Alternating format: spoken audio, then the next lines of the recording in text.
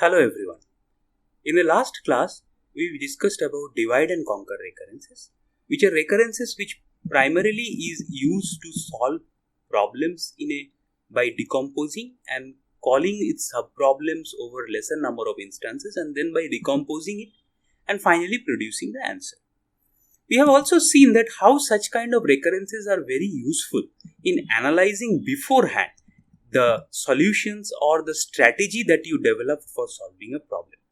And we have seen examples from finding maximum in different ways where we split arbitrarily and we split in a tilted manner equally. And we saw that every time maximum finding takes n-1 steps. We go for find max and mean, have interesting observations there that if we split half in case of 2 to the power k number of elements, or if we split 2 elements at a time and n-2 in the rest, we get a beautiful answer which is 3 by 2 n-2, which is much less than 2n-2 in the naive case where we split 1 and rest, or maybe do the max and mean in 2 iterations. And also we see that the linear search in any kind of splitting, either it's a constant depth or it's a fractional, tilted, equal, it gives n number of comparisons to search an element in an unordered array. Though binary search gives us a very optimistic answer that why, and we understood that why we need to split in the middle instead of tilted fractional splits or multiple number of splits. Instead of one splitting, we can do multiple splits into subproblems. And also in a constant depth split, we do not get better answers in binary search. So the middle split gives us better. And finally, we ended in our last lecture with the different types of sorting algorithms by showing their efficacy in terms of the recurrence. Though we did not solve it, but we have seen a particularly interesting types of recurrence which is kind of a 2n by 2 plus some function. And in case of the final sort where we partition and then sort it, we also see 2n by 2. So it gives a fragment and a similar amount of fragment it tries to call, and then finally have a function to merge it. So in today's lecture, we will try to see the fundamentals and the formalisms or proofs that how we will solve it, how we will reason about these recurrences in a more formal way. To start formally, generally we have seen in all of these examples, one of the primary divide and conquer recurrence relation format is you divide n into b number of instances, assuming that for a large n is of the order of b to the power I, because then you can just converge by going into a constant or base condition. So you assume n equal to b to the power I and you divide it into n by b instances every time, and always when you divide you create a number of such instances, and your decomposition plus recomposition steps takes fn time as we discussed. So pictorially, if you go stepwise, what you are doing is that from fn, you are giving a number of instances, each having size n by b. So see how your number of computations here or the tn value of tn finally gets changed. So initially it was fn plus all the fn's returned by these set of instances you created first. It is a number of f a n by b. Similarly, this all again gives a number of f n by b square. It adds up. So finally all these additions are your computation steps for tn when you go down till the end. And when you go down to 1 for each of these base cases, so all possible number of f n by b to the power l, a to the power l number of those will be added, and finally this is your merged answer for tn. So in a way, if we try to solve this generic recurrence, which we have seen an example in sorting, quicksort and merge sort, that it is 2tn by 2 plus function of an n. So that function of n in case of sorting we found it to be n itself, but the generic form is some a number of partitions of n by b size and some function to decompose and recompose. So therefore we need to have devise certain procedures to solve this equation based on how we unfold it. So as you have understood through this tree, which we call as a recursion tree, that we recurs or compute sub-problems and finally collect back the answer to get the final answer. Our unfolding process results this because a t n by b produce a square t n by b square plus a f n by b. And this is your fn. In this way, if you go till b to the power I, where is your base condition gets met because n equal to b to the power I, it will be a to the power I t b to the power I. And all of them will be added up as from j equal to 0 to I, a to the power j f n by b to the power j. Because if j is 0, then it is f n only. If j is 1, it is a f n by b plus a square f n by b square plus a cube f n by b cube and so on. Now this term is 1 because n equal to b to the power I, we reach a base case. There are a to the power I number of them. What is a to the power I? I is log n base b. So a to the power I is a to the power log n base b, which is just shifting n with a. Okay, transferring n with a, which is n to the power log b base a. A to the power log n base b is equal to n to the power log b base a. So the first term is this. What is this term? Your I, as I have computed, because n equal to b to the power I we assume. So your I is log n base b. And we go from 0 up to, so this will be, this will be I minus 1 because see here the index here is 1 less we are getting here. So if I have a to the power j, this will be I minus 1. So that's why it is log b. So this is a mistake, just correct it. This will be I minus 1, it comes as log n base b minus 1. So now see, computing Tn means we need to approximate what this term will be. So that will be my answer for Tn finally, if we want to compute it. Now let us try to have some cases over it because we are seeing this as n to the power log b base a. So there are three ways in which we can bound Tn, that either we could think of this function or the function fn is bounded by this n to the power b log a, then we will see where it happens. So depending on this particular n to the power log b by b, a base b value, the function nature depending on greater than, less than or equal to this value, let us see what this term reveals us. So here we go with case 1, which says that fn is less than n to the power a log b, that term, minus epsilon for some d and epsilon greater than 0.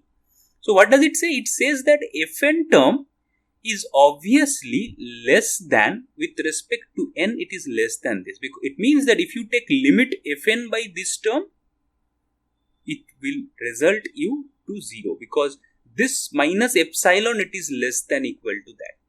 Okay, so therefore fn function is dominated by this function. Always the curve for fn after a certain point will be dominated by n to the power a log b. That's why we are getting minus epsilon, this n to the power, this thing is dominating. So what happens here? Let us expand this one. I know fn by b to the power j. If I put it this inequality here, it becomes n by b to the power j log a base b minus epsilon, and d is putting out here because fn is less than this. So fn by b to the power j is less than dn by b to the power j to the power this. So just I have put fn b to the power j here with a less than equal to, assuming this relation. Unfolding this one will say that what I will do here is that, you see, this is dependent on j. That means n to the power this whole term can come out because there is no j here. So only thing remains is a b to the power epsilon by b to the power log a base b to the power j. Because this is minus epsilon, I just put a b to the power epsilon multiplied both sides. What is this term? B to the power log b base a is nothing but a to the power log b base b. B to the power log a base b is nothing but switching a and this b. So it means it becomes a. So this becomes b to the power epsilon j. Only I changed here. The rest of the thing remains the same. Now when this happens, it means that you are going from 0 to this. This is a GP series. This is this minus 1 by b to the power epsilon minus 1, because some term to the power j in in increasing in geometric progression, if you add it, you get this one. What is this one? Now you see this one, if you simplify it, this term. So this, how do you simplify it? Epsilon, you put this as b to the power log n base b whole to the power epsilon. Because it's multiplication, you can put it all to the power epsilon. What is b to the power log n base b? It is n, because you can switch n and b. So n to the power epsilon is this part, minus 1 by this. So now it says that it multiplies with n to the power epsilon to get this back. Rest of the term is minus and this is constant. So you can bound it by d into n to the power log b base a. So what does where we started off with? We started off with my fn is upper bounded by n to the power log b by a. Strictly it is upper bounded in that, because epsilon is greater than 0. So I reach that my this function will also be equally, but I mean upper bounded or equal to n to the power log b by log a base b. When I say upper bounded or equal to, it means that it is, if it is a constant and this is equal, it is this function and this function growths are same. Otherwise it is upper bounded by this. The second condition, we will just change this one. We will see that fn is comparable with this function.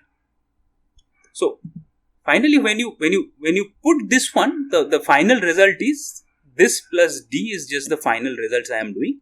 So since these two are the same, it's just this less than equal to c into some constant c into n to the power log a base b. So if I have this kind of condition going, I get my Tn will be also bounded by this. Case 2, as I just suggested, that we will have, instead of strictly bounding down this function, we will say fn, the growth of fn is comparable with this function, that is these two function grows equal. So when we say these two function grows equally, it means that, see here, we have this as our previous computation. So we are trying to approximate this part, the gn part. So when we do that, again that function starts off with, take the less than equal to thing. When we take less than equal to, here we n by b to the power j, I just replaced it. No epsilon here, so our job is simpler, because we could take out n to the power log a base b, and then this is a by b to the power log b base a to the power j, which is basically a by a to the power j, which is 1.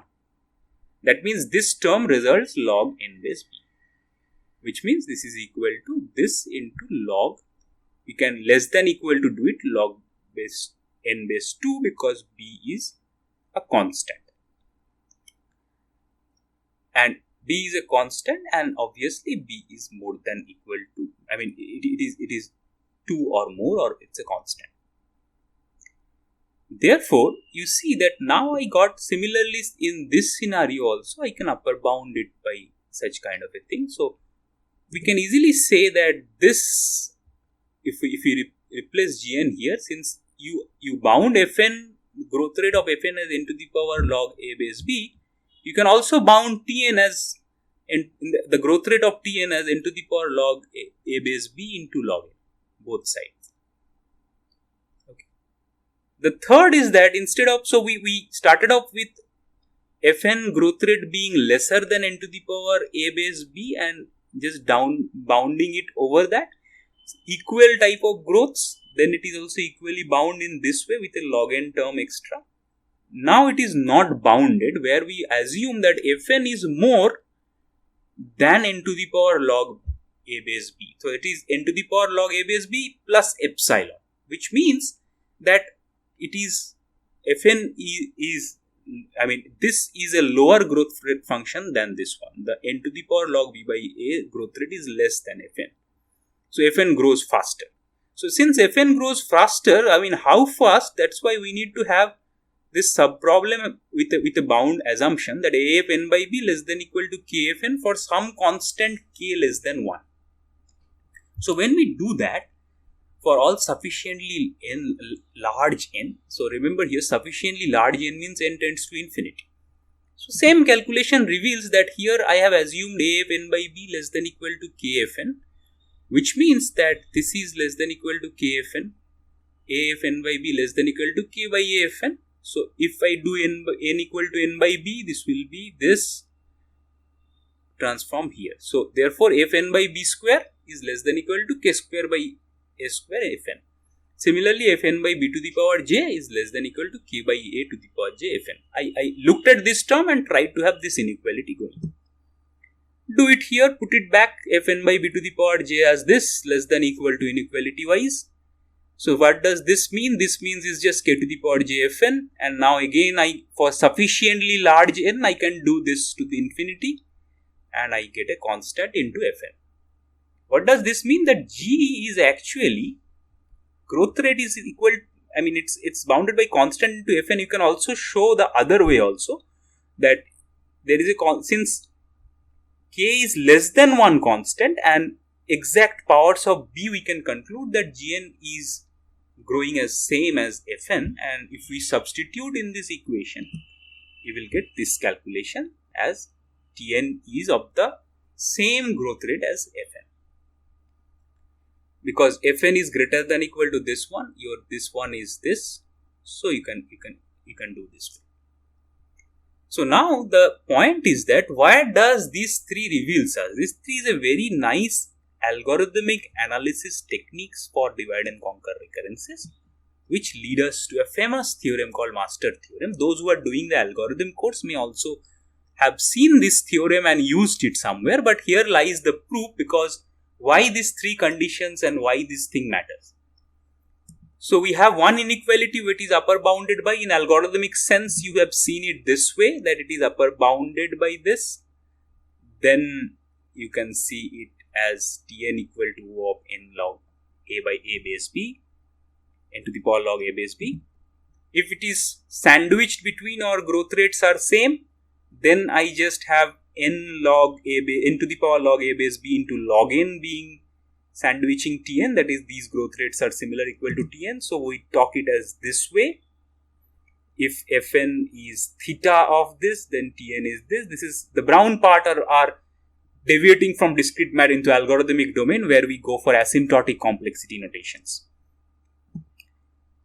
And when this overshoots, then for certain conditions of Fn, we got that my Tn is actually sandwiched between the Fn growth rates. So therefore we say that if it is sigma, means it is crossing this growth rate, it is higher than this growth rate, and this function holds, then Tn equal to theta Fn. So this is called as Master's theorem. Now you can see that I can put in our sorting example, go and put back a equal to 2, b equal to 2, Fn equal to n. See which of the cases you find out and get the results that what is your bound. Obviously you will see there that if a equal to 2, n equal to 2, the case that you will find is case 2 and Fn equal to n. Just try and check it out. Here are some examples for you with using those recurrence. So here Tn equal to 9Tn by 2 plus 2n cube, and the base condition is 1. Here clearly a equal to 9, b equal to 2, Fn equal to 2n cube. And hence you can see here is that Fn is 2n cube less than d into n to the power this, because this is more than 3. So epsilon greater than 0, and there exists some value of d. I have chosen 3, but it's arbitrary. You can just upper bound it. So therefore when you say this happens, then you say it is upper bounded by log this b base a, b is log a base b, a is 9 and b is 2, so this is upper bounded by this. So we call it in algorithmic sense as order of this. This is the example for case 1. The example for case 2 goes in the same way, that you have 8Tn by 2 plus 2n cube. Now check for a and b, it is 8 and 2 respectively, Fn is the same. So now you see that log 8 base 2 is 3. Now this is n cube is comparable with this one, 2n cube. So you can have d1 and d2 value so that you could sandwich 2n cube, right? Greater than and less than. If you select d1 equal to 1 and d2 equal to 3, so 2n cube is sandwiched between that. So in that case, we have our answer that it is n cube, that is n to the power log 8 base 2 into log n will be sandwiching Tn. So it is called theta n cube log n. This is our example of case 2. Just reduce the a by another one. 7tn by 2 2n cube. Here a is 7, b is 2. Now you see that 2n cube is greater than equal to, because its n to the power order is now not reaching 3. So epsilon must be greater than 0 to match it. Therefore, this growth rate is definitely more than the original n to the power log 7 base 2 growth rate. When that happens, I need to check 7f n by 2 equal to this one. And when this is less than k into my function, so af n by b, this is af n by b is less than equal to k fn for some k value less than 1, because it is 7 by 4 n cube and this is 2 n cube. So k can easily go to 7 by 8, up to 7 by 8 to make this happen. So this is less than 1 k exists whether this happens. 7 by 8 or more can make this thing satisfiable. Now when this is the case, then you say that fn will sandwich t. So tn equal to theta n cube in that case. So here are 3 examples of Master's theorem, but since you know the proof now, you can easily now estimate that how we proceed and start from a generic recurrence and can prove the same thing too, instead of just using the formula. That's what we do in the last lecture when we show you the examples and expanded it. It's just expansion is nothing but summation of that function. And since our summation has a closed form, we get the answer very easily. If the summation taking was a little bit difficult, then we might have used this kind of mechanisms of master theorem to solve those. So this is one kind of split that we discussed, that it is of n by b size and a number of them. There could be other split as well. So in the example we have seen, not only every splits are equal is only our recurrent divide and conquer solution. There may be splits which are unequal in and divide. So you split in alpha 1 into n number of partition as the first partition, alpha 2 into n as the second partition. And see, there are no bound between this alpha 1, alpha 2 up to alpha k, because some partitions could also have, fragment of the elements be equal. It is up to you that how you want to solve the problem. I want to solve a problem by making all the elements here and here common except one. You may want to solve a problem by making elements here disjoint. But it is up to you how you want to solve the problem. So the generic form of recurrence will say A1 instances of T1 alpha 1 n size, A2 instances of alpha 2 n size, you are calling it recursively. And finally this. So this is a recurrence that we get for unequal sized, your split size is unequal, and finally you then decompose and combine using Fn to get the answer. Instead of reducing cluttering in the slides, let us solve a small variant of this where we say Tn equal to A T alpha n plus Bt beta n, where alpha beta are fractions. So first of all, let us see if we expand or form the recursion tree, how does it expand? Then we will show in an example that exactly what do I mean. Though this theory may seem a little bit cluttered because of these expansions and lot of algebras inside it, but the examples will show you that how it is being used. So obviously, if you expand it, this formula, you will get the first term will again reveal you At alpha square n and plus Bt alpha into beta n, because your n is now alpha n, so beta into n means beta into alpha n. So therefore this term will reveal 1 a square or T alpha square n and 1 abt alpha beta n. This term will reveal 1 abt alpha beta n and 1 b square T alpha beta n, again as a recursive call. For Fn, this term, the Fn that will be revealed by this term is a f alpha n, and the Fn that will be revealed by this term is again f of beta n, which will be b into f of beta n. See how we are expanding. This looks like a nice format. If I go along one side ahead, it will be a nice format. It just looks like a binomial kind of a format where it is 3c0 a cube t alpha cube n, a square b, alpha square b n, and so on. And this function is just, everything is perfect, but one less in the nc0, it is n minus 1 c0 it starts, and every possibility it just adds on. So eventually the final function may look horrible, but it's nothing but we are just expanding it as a to the power L plus 1 minus I. Because we are giving here L minus 1 in order to cope up this, because this has the maximum index 1 less than this. So this is just the closed form equation that we have in summation format about the whole thing. This is what do we mean by the expansion in the recurrence tree. And finally, what we have to understand is that is after L step, suppose this reaches to base condition, where does this value approximates to? Because that is our Tn. We need to compute Tn. Now, in order to compute Tn from this formula that we just expanded and found out, we can see that, let us assume that alpha to the power m1 n equal to 1 and alpha beta to the power m2 n equal to 1, and assume that alpha fraction is more size than beta fraction. Now, if this is the case, you can easily see m1 must be greater than equal to m2 to have these two relations going. What does it suggest? It suggests that the path in which you fragment n into alpha n, alpha square n, alpha cube m and reach the bottom position will be longer than the path you fragment as beta n, beta square n and so on. Because since alpha is a higher fraction than beta, therefore alpha n must be higher number than beta n. So therefore when you go n to a subproblem alpha n, then alpha n to a alpha square n, that route is much longer or have much depth in recurrence tree than the other route.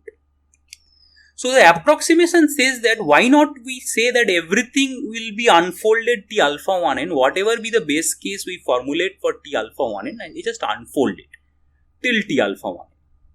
Okay, and then solve it. So I'm not just going details into this computation. Just from here, if you unfold it till alpha 1n, you will get exactly this as your less than equal to, because that is the worst you can get to. Some of the branches might finish earlier reaching the base. See, m1 is greater than m2. So you have not, I am thinking here everyone reaches till depth m1. Since m1 is greater than m2, the right-sided branch, if you say the beta-sided branch will always finish earlier. But this is an upper bound, that's why I am approximating it over an upper bound. Similarly, I can approximate it with the m2 branches in the lower bound side. That everything will be, Tn is obviously greater than if I finish it at the m2 level. Whatever be the recurrence tree I finish at the m2 level, if I try to compute all the actions being done till that point, I will get here. So just this is a rolling calculation from here. I mean, it looks a little bit cluttery, but you can just have it in your own notebook and do it.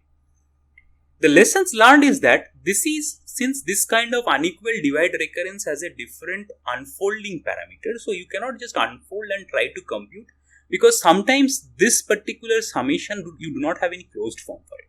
So you try to upper bound it somehow, and try to upper bound it by having an upper bound over here. And then you try to see how much close you can upper bound it. And sometimes some obvious recurrences which you can upper bound it we can mathematically, by using mathematical induction, we can prove the answers very successfully, may be upper bounded to a little gap between them. We will see one such examples, but you can also study, or you can also find some closed form expressions depending on f of these functions, as we do in the master theorem. That if it is upper bounded by this form, what happens? If it is equally, growth function is equal with respect to this form, the f growth function, what happens? The same way we can study this one in the generic sense. It's a good algebraic exercise for you if you proceed. However, the thing that we want to mention is to give you a bound or an answer bound for such kind of steps. So let us come back again with the linear such fractional split thing, where in mathematical induction we proved something and we say that it is an plus b, where ab equal to 1 and 0 respectively is one of the answers we can get. However, in recurrence tree format, what you do is that every time you split n by 3 to n by 3, this is n by 9 to n by 9, this also gives to n by 9 for n by 9. So this way it goes on. Now, the point that I want to mention, if you enumerate the depth in this part, it will always be less sized than you enumerate the depth in this part. Because see, here n is reducing to 2n by 3, which is obviously more than n by 3. It is reducing to 4n by 9, which is obviously more than n by 9. So therefore, this depth converging till the base case points will be much higher. Now I can upper bound it by saying that the number of leaves there until this depth, the computation that I do till that point, the decomposition plus decomposition and all the base value computations, I add upon, that will be my upper bound. So here you see the computations are 0, only it comes from here. If you reach base, you get 1. So that one computation pushes up. So the number of base level computations is your answer in the final case, because that computation get pushed up. So therefore you can upper bound it by the longest size branch. So n to n by 3 to 2 square n by 3 square to 2 cube n by 3 square up to it is 1. So it will be 1 when your 3 by 2 to the power k is equal to n, which means that at this level, after this level, everything should have been in the base. The longest branch reaches base means everything should be base. And if I see that everyone is there in the base, I get this as my upper bound. Unlike here, the lower bound side will obviously tell you that your lower bound will obviously be n base 3, right? Because you are doing n by 3, n by 3, n by 3 and you're going till the base. So this should be 3, there is a mistake, this should be log 3 base n. So hence this will so this will be log 3 base n, this will be n to the power log 2 base 3. So see here, the point is that though we found out this is kind of a linear, but you see that it is n to the power log 3 base 2 and sandwich between log 2 base 3 by 2. Okay, so this is somehow we have upper bounded and lower bounded this based on the unfolding of the recurrence tree and the work done till the base point. If you unfold the recurrence tree on the strictest possible way, that is the lowest possible depth you will unfold and cut the rest of the tree, that will be your at least those many works you have to do. If you go by the most lengthy path, then if you reach the base, then everyone else will finish. Now if you add up all, that will be your upper bound. So I just have those two bounds to bounds n. So that is why we see here that in this kind of a fractional split, another approach of solving this recurrence instead of having a closed form equation, if you can do it with respect to some fn or some function, that it is better. But if you cannot do it, we also try to give an upper bound and lower bound approximation, and in this way we also try to produce an answer to it.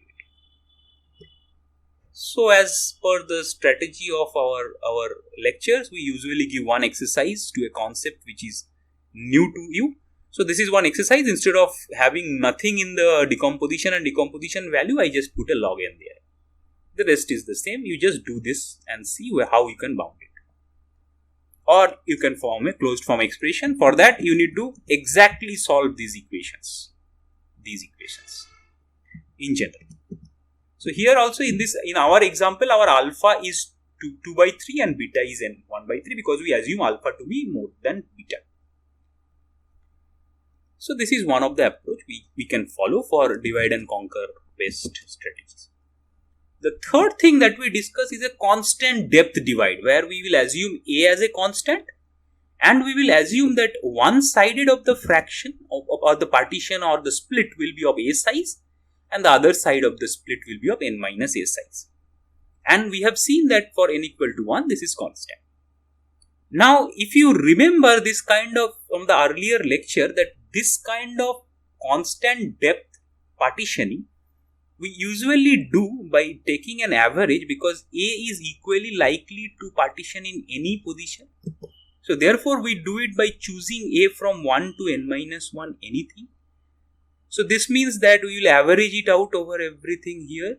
If you remember, we average from C equal to 1 to Cn minus 1. So this means you compute here T1 plus Tn minus 1, T2 plus Tn minus 2. Similarly here Tn minus 1 T1, Tn minus 2 T2. So you compute T1, T2 everything twice. So 2 by n minus 1 this term. Plus Fn equal to n minus 1 times you compute and n minus 1 cancels. So it is this. So it gives you n minus 1 into Tn, because you put this term here equal to 2 of this plus n minus 1 into Fn. You multiply everything by n minus 1. Now the strategy was put n equal to n minus 2. The similar equation reveals just putting n equal to n minus 2 everywhere, n minus 1 everywhere, putting n equal to n minus 1 everywhere. Subtract second from the first, so 1 minus 2 will result this minus this equal to this one. Okay, so here just one thing will be that, so this will be n minus 2. This will be n minus 2. This is a mistake. This will be n minus 2. So when you do it, you will see that there is, then we will try to find out a pattern of the whole thing. When we can find a pattern of the whole thing, our job simplifies, because now we will try to do n equal to n minus 1, n equal to n minus 2, write everything and then try to add up, if you remember our example. So this is the equation that we formulated. We just write everything and then add up.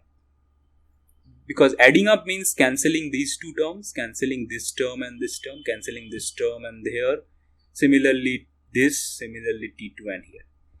Adding up this means 1 by n Fn, and this whole coefficient of Fn minus 1 and this one will give me 2 into 1 by n minus 1 minus 1 by n. It will give a very nice structure finally. And we will reach at a base because everything cancelled except this term and this term.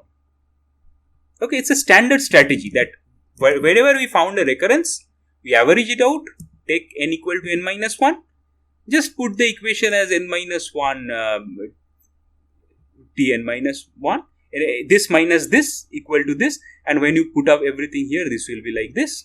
Okay, I just have a step jump. I do this minus this, and for Tn minus 1, I just put it in this side, it results this one. Because this minus this will keep 2 into Tn minus 1 term intact.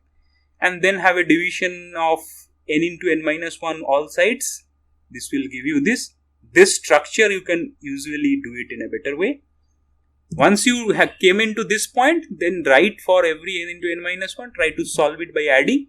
You will get a beautiful form which gives you Tn equal to, this is your C.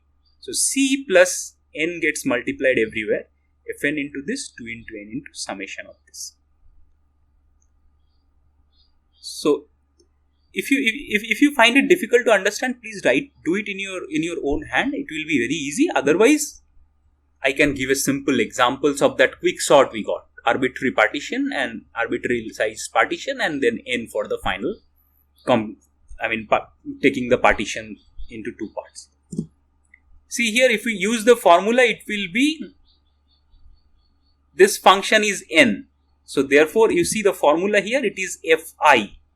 So Fn equal to n, that means Fi equal to I. So you have to solve this one. Your C is 0 because your constant is 0. This is n plus this one, and therefore n plus 2 into, if you solve this one, it is nothing but 1 by 2 into 3 plus 1 by 3 into 4. If you take your I is into 2. So 1 by 2 into 3 into 2 means 1 by 3. Then 1 by 3 into 4 into 3, I becomes 3. Means 1 by 3 into 4 into 3 means 1 by 4. 1 by 4 into 4 into 5 into 4. So I gets cancelled out. So it becomes 1 by 3 plus 1 by 4 up to 1 by n. So therefore it is just 1 by 1 minus I if your Fn is equal to n. So it is just this one. Hence, it becomes this minus 1, and this is from an harmonic series. You know that this series comes up into ln n plus gamma minus 1 by n, where gamma is just a recurring fraction like this, which is Euler-Mascherani constant. But the interesting point is that this is just in the same growth rate as log of n, which is very interesting that this kind of sort gives you log of n time even if you arbitrarily split 2. Now use the master's theorem and take that if it is a equal split, how much time does it take? You will be amazed to see that it will always be comparable with n log n. So therefore, quick sort and merge sort, the constant split, arbitrary split, different location wise split, all of these things doesn't matter. I leave it to you to analyze whether if I split equal sized multiple paths, multiple fragments, how does the analysis go? As we have done it for binary search. How does it go for any kind of merge sort or quick sort thing? So an assignment for you, a little bit variations of this n. I gave you n log n, how it will come. Just try it by your home, either using this formula and try to find a closed form, or you go by this rule. Try to find here a particular recurrence format and then go by this rule. Instead of just writing it this way and adding and cancelling terms, you can also consider Tn by n equal to Sn. You can consider a different function Sn, which is Tn by n. This is Sn, this is Sn minus 1, the rest is same. And if you do it that way, you will find finally when you get the Tn, when you finally get the Sn, you have to multiply with n to get the Tn. Okay.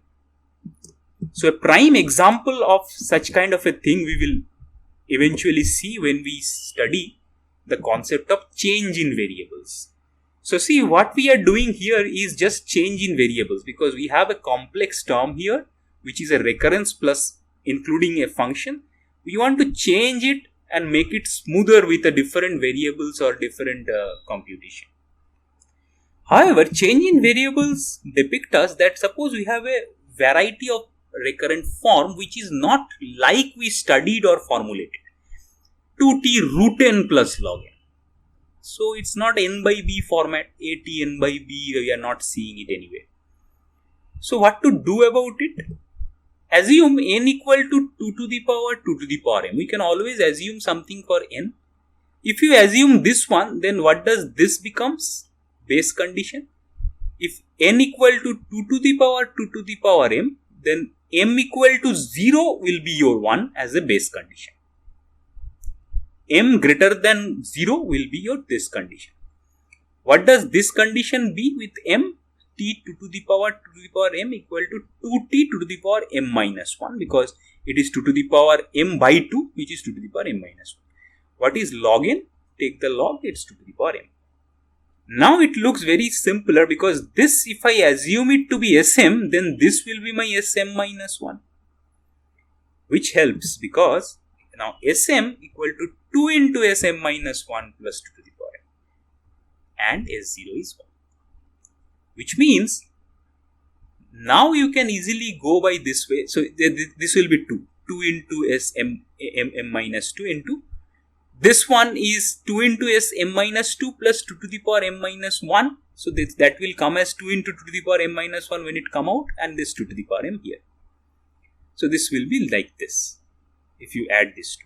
So here there is one thing missing. It is 2 into Sn minus 2, because this 2 will remain everywhere. So somehow then if you go here also, you will get this point.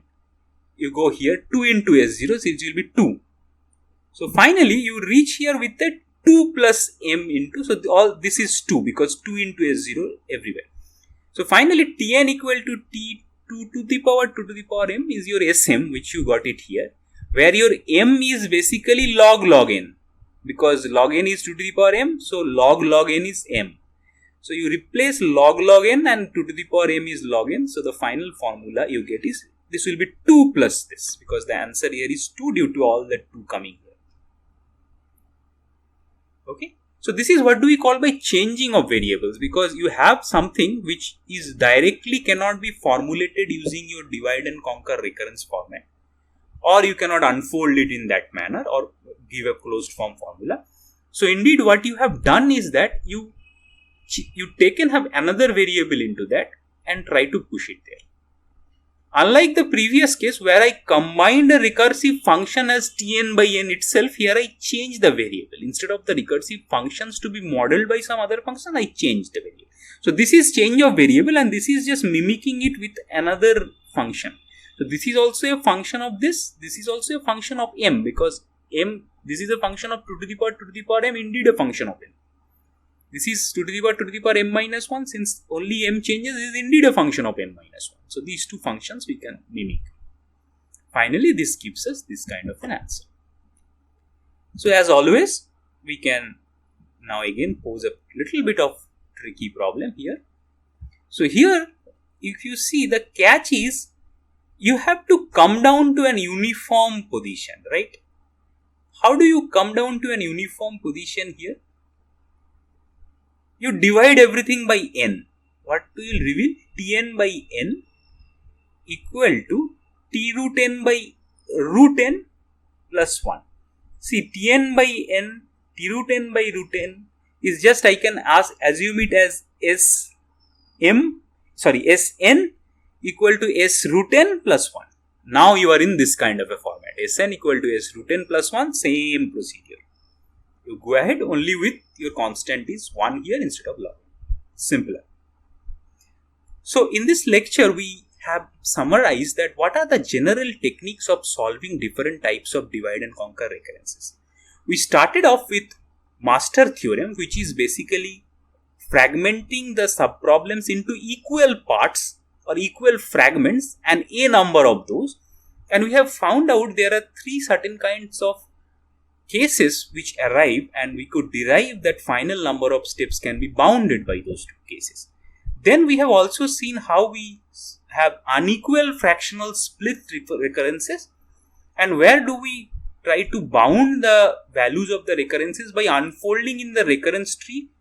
The upper bounded by the lowest possible depth we can reach, and everyone reaches there, assuming it to that sense, and lower bounded by the lowest possible depth, the lowest possible depth or the height we could reach up to find the base is by which we would lower bound the problem. And we have seen two examples of having those.